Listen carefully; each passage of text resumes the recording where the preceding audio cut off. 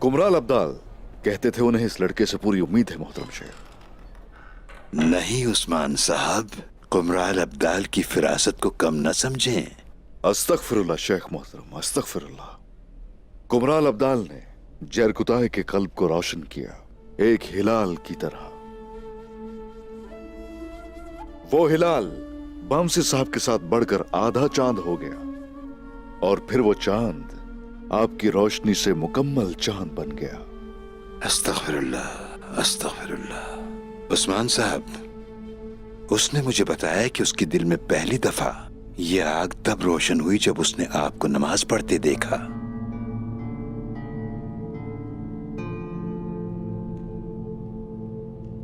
थोड़ा पानी मिलेगा?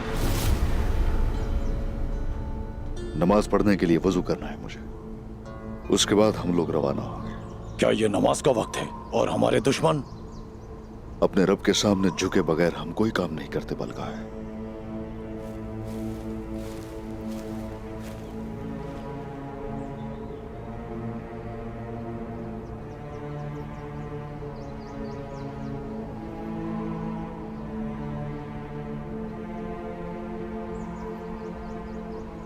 इसको देखो,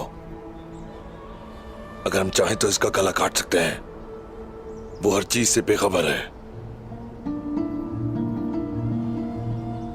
अपने अकीदे के लिए शहीद होना मुसलमानों की सबसे बड़ी ख्वाहिश होती है।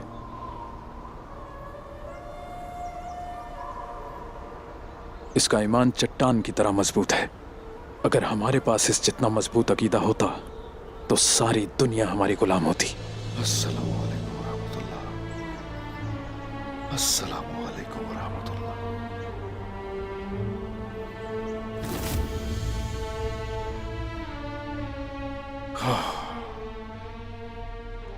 तो ऐसा है मोहतरम शेख, वाकई ऐसा है। माशाअल्लाह, माशाअल्लाह।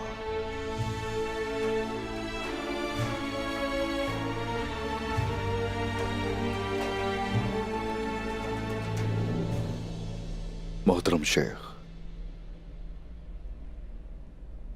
सुल्तान चाहते हैं कि हम यूं जाहिर करें कि हम मंगोलों के ताबे हैं, लेकिन उमर साहब मेरा मंसूबा बर्बाद करने पर तुले हुए हैं।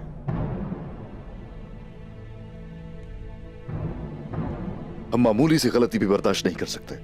अगर वो मेरे हुक्म की नाफरमानी करके तो गाय पर हमलावर होते हैं और सुल्तान के साथ मुआहदे को खराब करने की कोशिश करते हैं।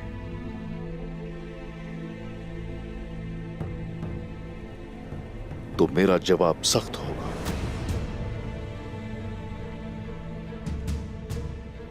अगर ये तनाजा दुश्मनी में बदल गया तो तुर्कमानों के लिए यह अच्छा नहीं होगा उस्मान साहब। बिल्कुल ऐसा ही है शेख, ऐसा ही। हालात उसी तरफ जाते दिखाई दे रहे हैं। अल्लाह ताला एक मकसद रखने वालों को एक ही रास्ते पर चलाएगा इंशाअल्लाह। इंशाअल्लाह शेख, इंशाअल्लाह, इंशाअल्लाह। आप जा सकते हैं उस्मान साहब। शुक्रिया।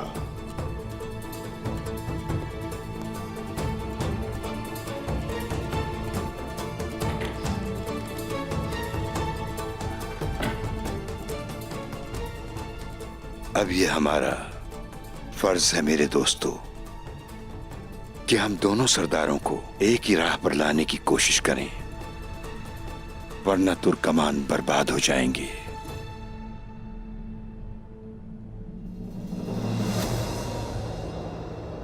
हुजूर, क्या मैं अंदर आ सकता हूं? आ जाओ जरकुताए।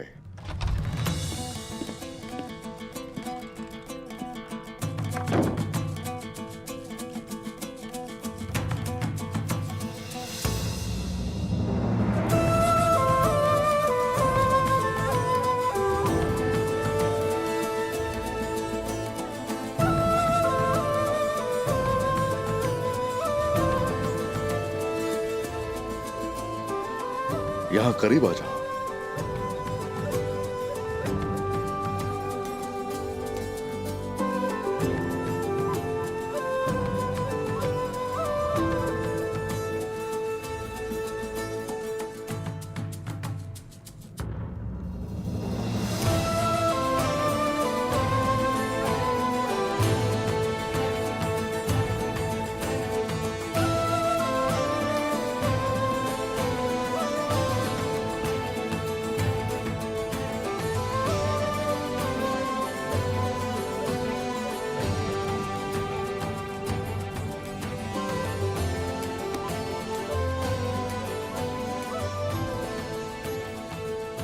मेरा रब कबूल करे इंशाअल्लाह। तुम्हें काइयों और सारे मुसलमानों के लिए लड़ते हुए गाजी बनना नसीब हो।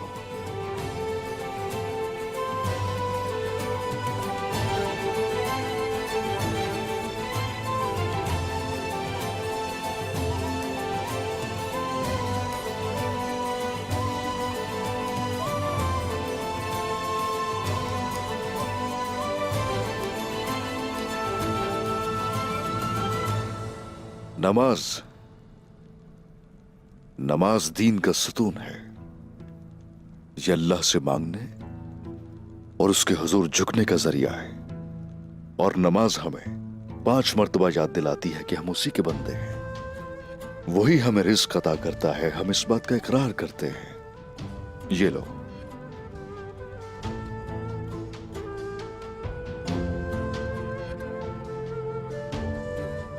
अब मैं मुसलमान हो गया हूं।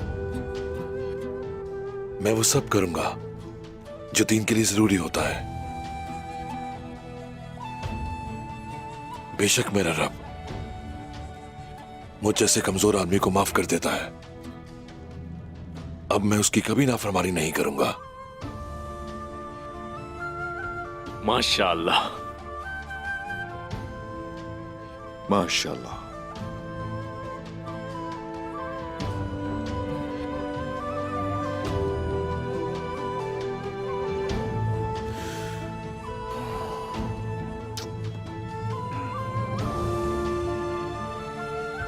ये हमारी किताब है।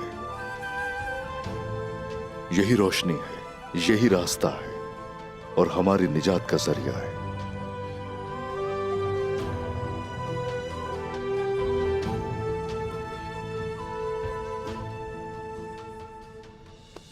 इसकी हर आयत पर अमल करना होगा और अब तक हम इसकी तिलावत करते रहेंगे।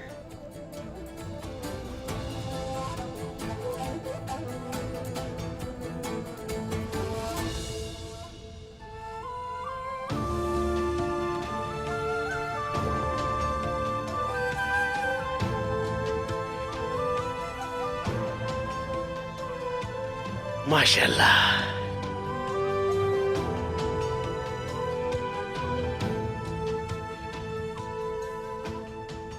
क्या मैं अंदर आ सकता हूं हुजूर? आ जाओ गुक्तुक।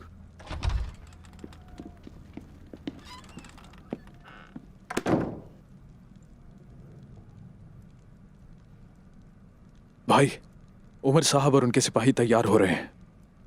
यूं लगता है वो सुबह होते ही निकल जाएंगे।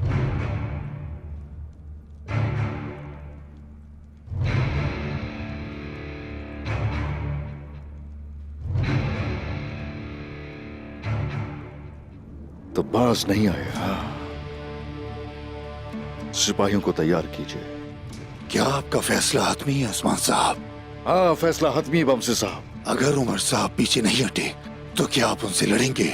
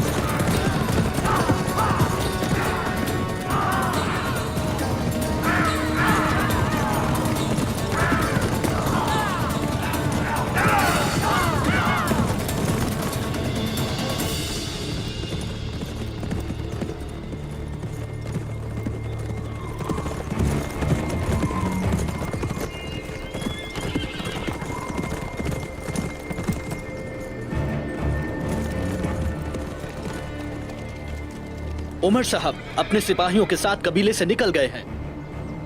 बहुत खूब। एक शानदार तकरीब तो गाय का इंतजार कर रही है। हाँ!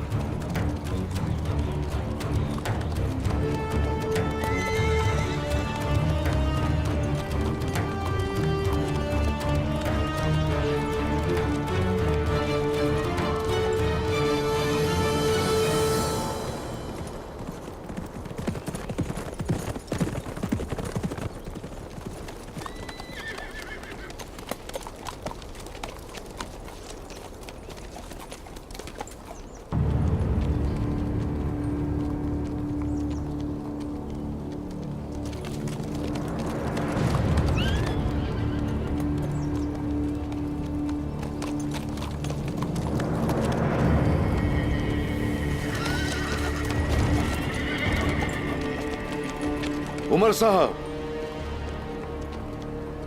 मेरा फैसला हतमी है। मुसलमानों का मुस्तकबिल आपके जाती मुफाद के लिए तबाह नहीं होने दूंगा। वापस जाइए कबीले। मैंने अपना फैसला सुना दिया था। हमें मुकद्दस जंग पर जाने से ना रोकें।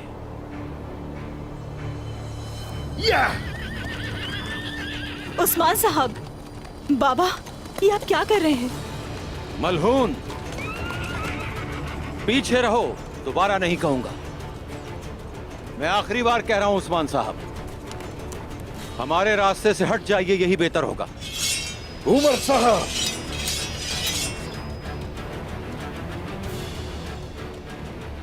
मुझे उस काम पे मजबूर मत करें जो मैं नहीं करना चाहता।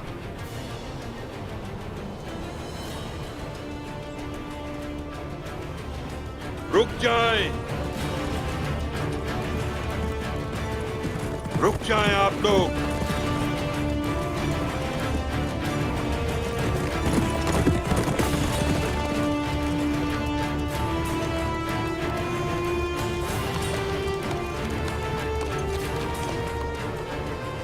मोहतरम शेख। उस्मान साहब, रुक जाएं।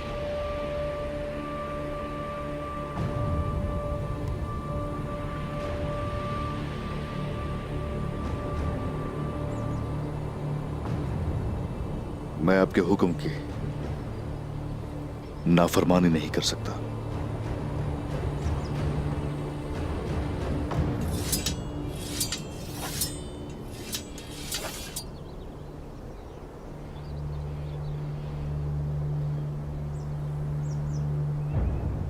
उमर साहब, आप क्या कर रहे हैं?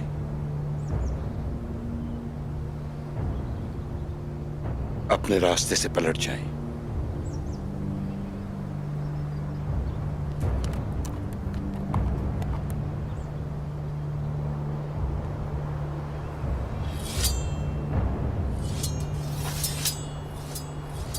मोहतरम शेख, मुझे आपके इंसाफ पर एतमाद है, लेकिन आप ये उस्मान साहब से कहें कि रुक जाओ, लेकिन आप ये हमें कह रहे हैं। अगर हमें पीछे हटना होता तो ये मसला पैदा ही नहीं होता। आपने उस्मान साहब के अल्फाज की बेअदबी की उमर साहब।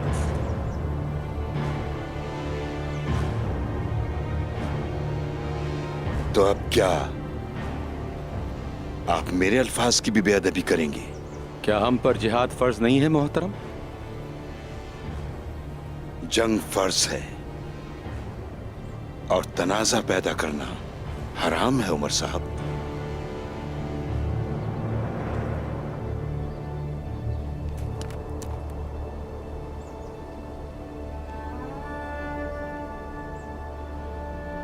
मोहतरम शेख, आपकी बात का अदब है मुझे।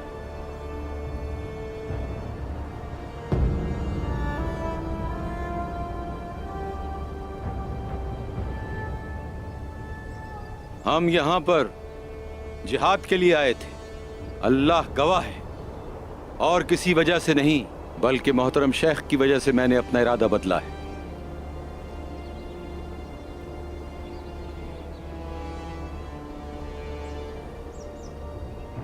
चलो, वापस कबीले चलो।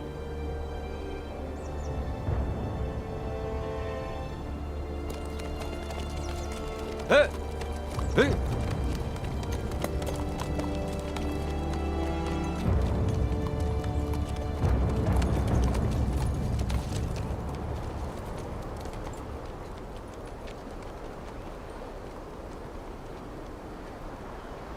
उस्मान साहब, मुझे आपसे बात करनी है। हुक्म कीजिए शेख।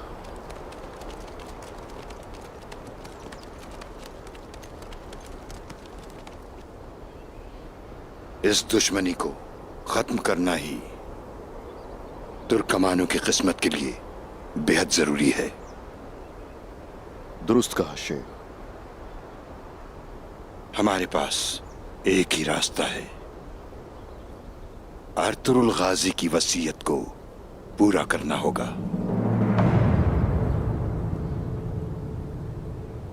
उमर साहब की बेटी मलहून खातून से शादी करनी होगी। दो तुर्क सरदारान के माबैन बढ़ने वाली दुश्मनी को खत्म होना चाहिए। पुराने वक्तों से इसका एक ही तरीका है, बेटी देना या बेटी लेना। मेरी ख्वाहिश है कि आप मलहून खातून से शादी कर लें। शेख, आप जानते हैं कि आपकी बेटी से मेरी शादी हो चुकी है। हाँ, लेकिन वो औलाद पैदा नहीं कर सकती।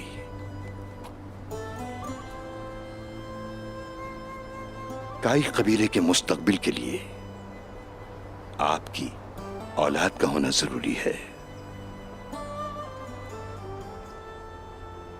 इसमें मजीद देर ना करें आप।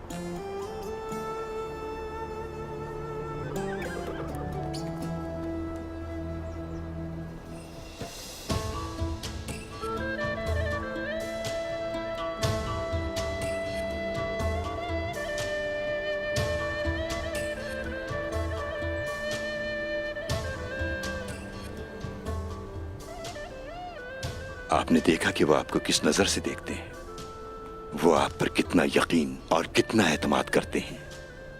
आप पर इन सब की कितनी जिम्मेदारी है उस्मान साहब। आपको किसी सरदार की बेटी के साथ शादी करना होगी जो आपके कबीले को तकवीयत बख्शे। जानता हूं मोहतरम शेख, जानता हूं मैं, लेकिन बाला के साथ ऐसा नहीं कर सकता मैं। बाला को मालूम है कि यह कदम तो उठाना ही पड़ेगा, लेकिन मलहून खातून, उसकी वजह से उसे ज्यादा तकलीफ हो।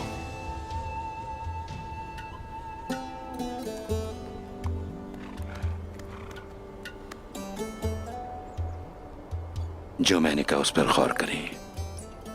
जब आपका जहन बन जाए तो मुझे जरूर बताइएगा। मैं जानता हूं कि इसमें कोई शक नहीं कि आप बेहतरीन फैसला करेंगे।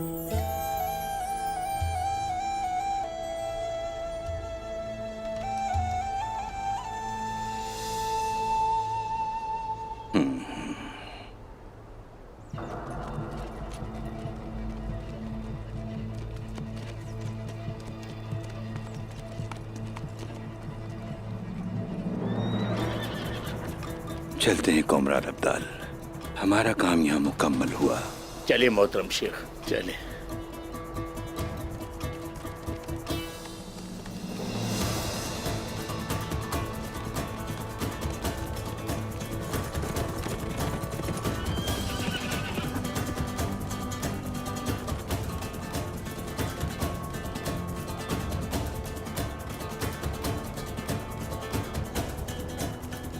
सिपाहियों, हम कबीले जाएंगे। या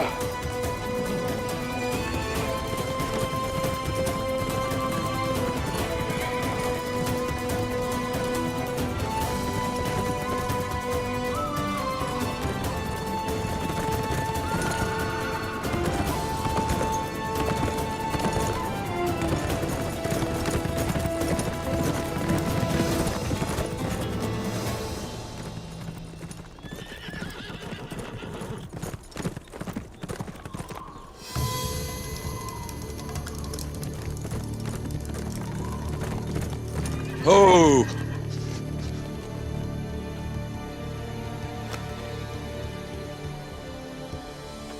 उमर साहब यहाँ नहीं है। क्या मतलब तुम्हारा? वो यहाँ नहीं है निकोला। जहाँ उनको इस वक्त मौजूद होना चाहिए था, वहाँ कव्वों के अलावा दूसरी कोई मखलूक नहीं मिली मुझे।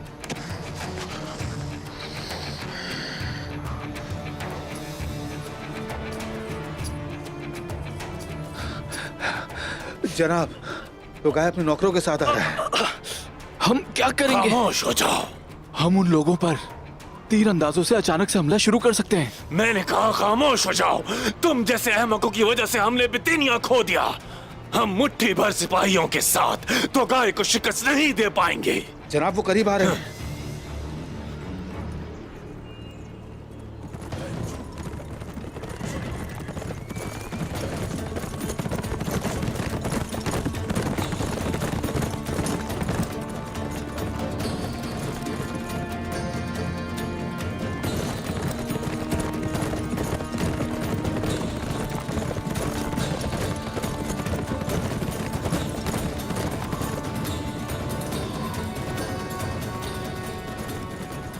तुम क्या कहते हो निकोला?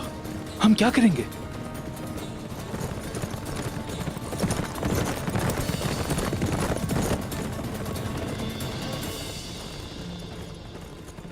अपने कले वापस जाओ और महसूल दो। ऐसा नहीं कर सकता। तुम्हें ऐसा करना ही पड़ेगा, करना ही पड़ेगा। वो समझेगा कि उसने हमें काबू कर लिया है। सब्र, थोड़ा और सब्र। लानत हो, लानत। अपने कले वापस जाओ, सब कले वापस चलो।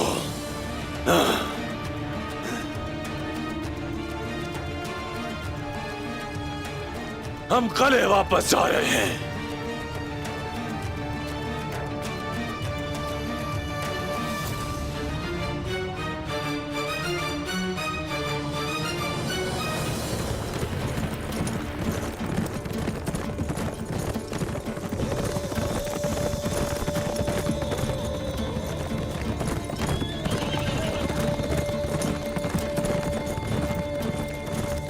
आपने ठीक सुना उस्मान साहब। दो तुर्क सरदारान के माबैन बढ़ने वाली दुश्मनी को खत्म होना चाहिए।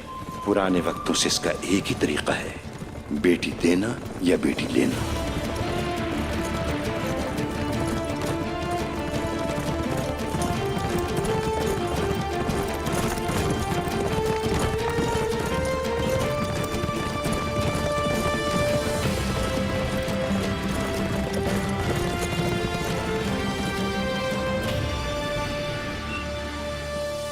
उसने मेरी तिजारत को रोक दिया। जानी दुश्मन के खिलाफ लड़ने जा रहा था, मुझे रास्ते में रोक लिया। मैं उस्मान की हरकतों से तंग आ गया। वो कब तक मेरे कबीले के मुस्तकबिल के सामने रुकावट बनकर बैठा रहेगा? उफ, उफ, उफ। आदम अली, उफ। उन्हें हमारे बीच नहीं आना चाहिए। उफ, न जाने क्यों हमारे दरमियान आ गए। तो गाय से हिसाब बराबर करने का वक्त था। शेख साहब की वजह से मैंने तो गाय से इंतकाम लेने का मौका गवा दिया। तुमने देखा ना कि उस्मान किस चीज का दिफा कर रहा है। तुर्क सरदारों की नजरों में मुझे काबिल इज्जत बनाने से कैसे रोक रहा है। क्या हम हमेशा उसी के ताबे रहेंगे? बाबा, उस्मान साहब जो चाहते हैं वो आपको उभरने से रोकना नहीं है। तो फिर क्या है?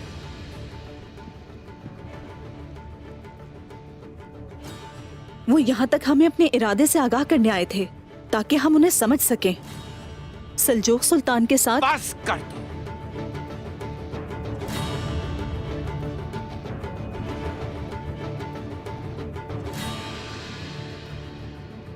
मैं इस खैमे से जाना चाहूंगी। जब आप सच सुनने के लिए तैयार हो तो मैं फिर आऊंगी।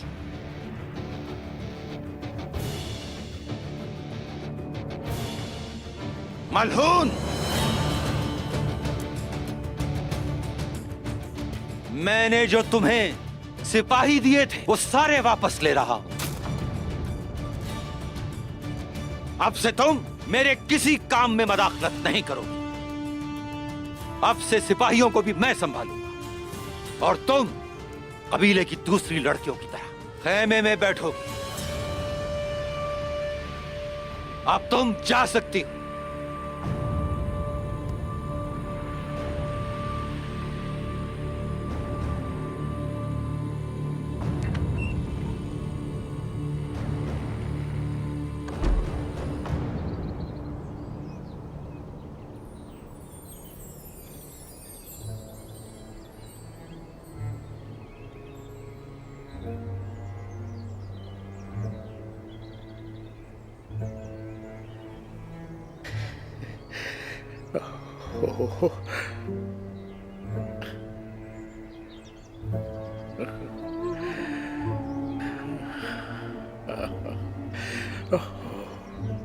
बाहर आ रही है मोहतरम शेख।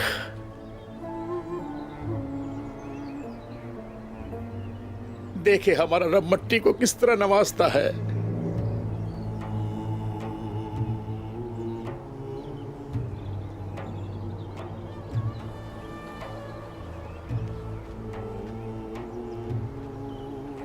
इंशाअल्लाह उस्मान साहब और उमर साहब के माबैन दुश्मनी भी खत्म हो जाएगी और तुर्क कबाइल में भी बाहर आएगी।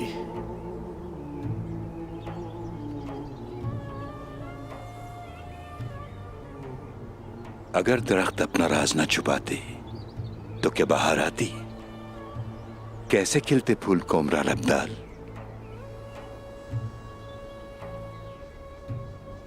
उस्मान साहब को मुश्किल फैसला करना होगा। उन्हें बताना होगा अपने फूल को, अपने दिल में छुपे हुए राज। लगता है वो राज बताकर इस फूल को चोट पहुंचाने से डरते हैं। क्या बाहर सर्दी गर्मी खिजा से पहले आती है कोमराल अब्दाल? उस्मान साहब और मेरी प्यारी बाला के सामने एक मुश्किल इम्तिहान है। वो सब्र करेंगे, वो दुखी होंगे और एक दूसरे का मरहम बनेंगे और कोई रास्ता बाकी नहीं है।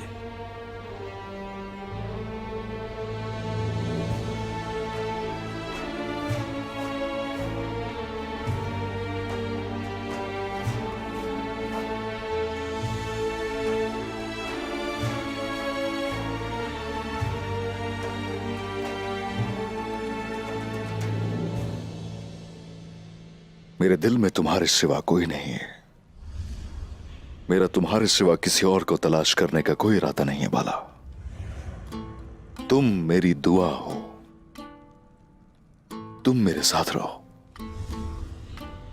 औलाद अल्लाह अता कर देगा।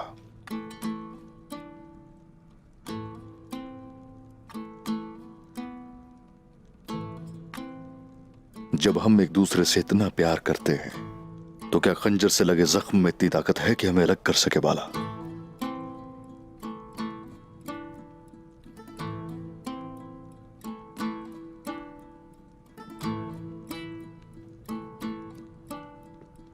बाला बैठी रहो, बैठी रहो।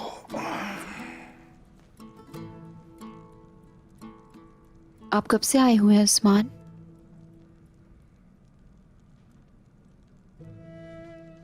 यूं ही खड़ा देख रहा था तुम्हें।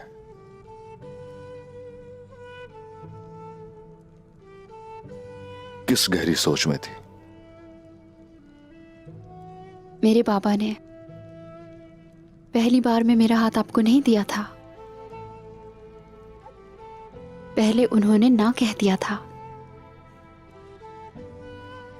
उस वक्त दरगाह में चरागां करते हुए मैं इसी तरह सोच में अक्सर डूबी रहती थी। आग चराग में थी या मेरे दिल में, मुझे इस बात का बिल्कुल भी इल्म नहीं था।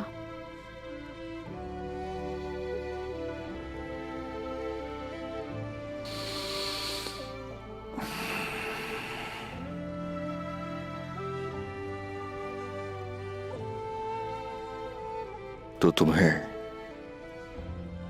अब क्या लगता है?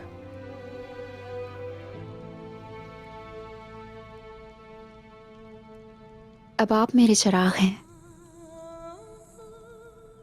और मैं उस आग के गिर्द उड़ता हुआ परवाना।